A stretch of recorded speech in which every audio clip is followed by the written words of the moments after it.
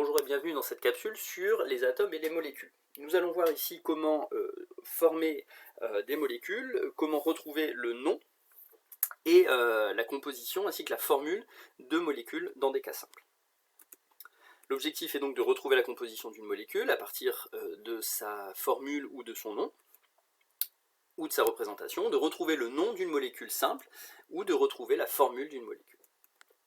Tous les éléments qui constituent la matière de l'univers se trouvent rassemblés ici dans cette classification périodique. Il y en a au total 118, ils sont à l'heure actuelle tous connus, et ces éléments permettent de construire l'ensemble de la matière qui se trouve dans l'univers. Uniquement ces 118 éléments. Alors ça peut paraître un petit peu étonnant, nous travaillerons uniquement avec ces éléments-là dans un premier temps, donc l'hydrogène, le carbone, l'azote, l'oxygène, le soufre et le chlore. À chaque élément, nous allons lui associer un symbole, c'est-à-dire une lettre, pour pouvoir l'écrire beaucoup plus facilement et rapidement, et surtout pour pouvoir écrire la formule des molécules. Et nous pourrons aussi avoir une représentation spatiale de cette molécule, pour essayer d'imaginer un petit peu à quoi la molécule ressemblera, et à ce moment-là, on utilisera le modèle, c'est-à-dire tout simplement un dessin, avec des couleurs qui ont été attribuées de façon arbitraire. Puisque les éléments, les atomes, n'ont bien entendu pas cette couleur dans la réalité, puisqu'ils n'ont pas de couleur. Alors, une molécule, c'est bien entendu un assemblage d'atomes. Ce sont des atomes qui ont été assemblés les uns avec les autres. Donc 118 éléments qui permettent de refaire toute la nature, ça peut paraître un petit peu étonnant, mais pour comprendre ça, on va faire une analogie avec les 26 lettres de l'alphabet. Si nous prenons ces lettres, nous allons pouvoir les assembler pour former des mots. Les atomes vont s'assembler pour former des molécules, les lettres s'assemblent pour former des mots. Ces mots, on va pouvoir les assembler ensemble pour former des histoires. Et là, vous pouvez imaginer déjà avec 26 lettres l'ensemble des mots que l'on peut mettre dans un dictionnaire français par exemple, et l'ensemble des textes qui ont été écrits grâce à ces mots, et des textes qui n'ont pas encore été écrits. On est ici dans des nombres qui sont complètement hallucinants, voire infinis, et la matière, on est un petit peu dans cette vision-là, c'est-à-dire que seulement avec 118 éléments, en les assemblant, on pourra former une diversité dans la matière qui est celle que nous connaissons autour de nous. Autre façon de voir les choses, c'est d'imaginer les atomes comme des briques de Lego que nous pouvons assembler pour former la matière.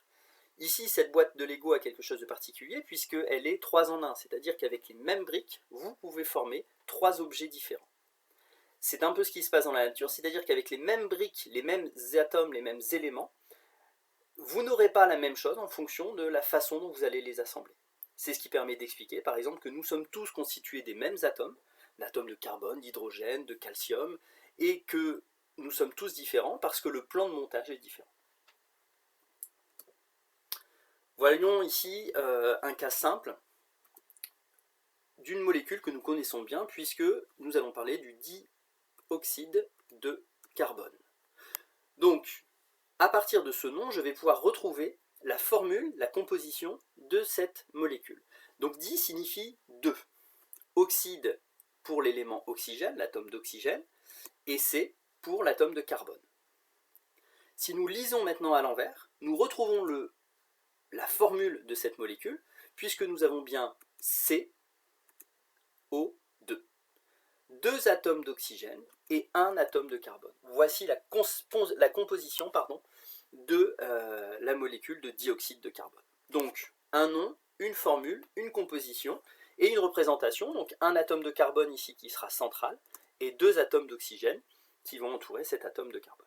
Voici une représentation ici simple. Nous avons la possibilité maintenant d'avoir des représentations en 3D assez facilement à partir de logiciels, et nous avons ici donc bien la molécule de dioxyde de carbone avec un atome de carbone central et 2 atomes d'oxygène. Prenons quelques exemples très simples et surtout similaires pour que vous compreniez bien comment ça fonctionne.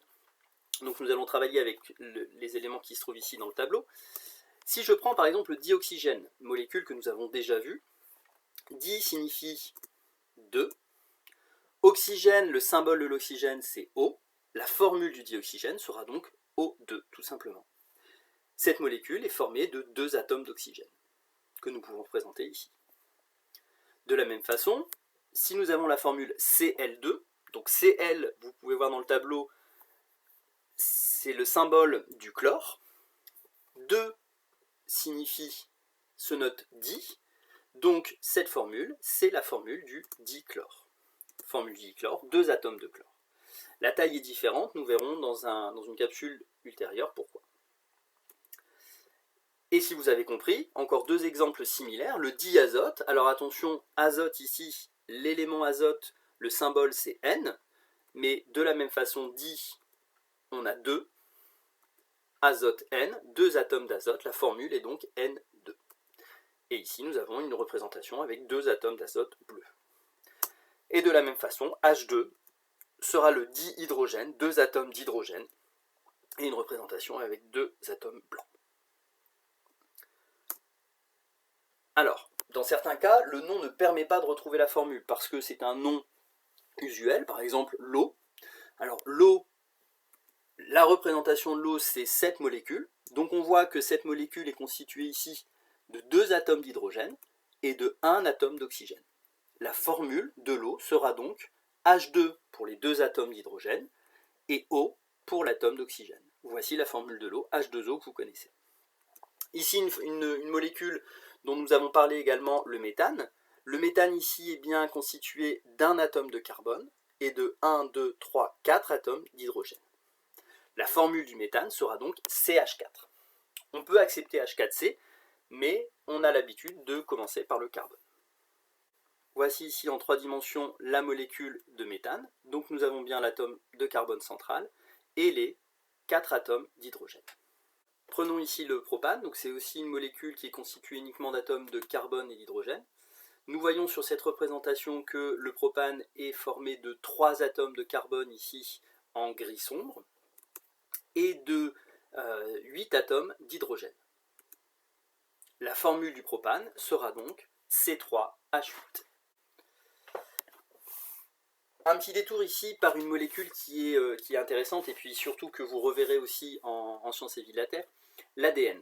Donc l'ADN, pour bien comprendre où il se situe, c'est une molécule, alors une macromolécule puisque c'est une molécule qui est très très grande, donc on parle de macromolécule. C'est une macromolécule qui se trouve dans les chromosomes. Les chromosomes, eux, se trouvent dans le noyau de nos cellules. Et c'est cette molécule qui va permettre de constituer les êtres vivants. Cette molécule d'ADN, voici ici un des brins de la molécule d'ADN, c'est-à-dire que ce n'est pas l'ensemble de la molécule, mais c'est juste une toute petite partie, mais c'est pour vous montrer que on a ici une molécule qui est bien plus complexe, avec des atomes d'hydrogène, de carbone, d'azote, d'oxygène et de phosphore.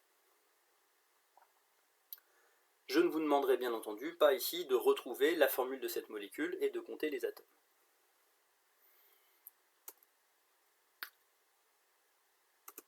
Voilà, merci de votre attention, je vous dis à bientôt.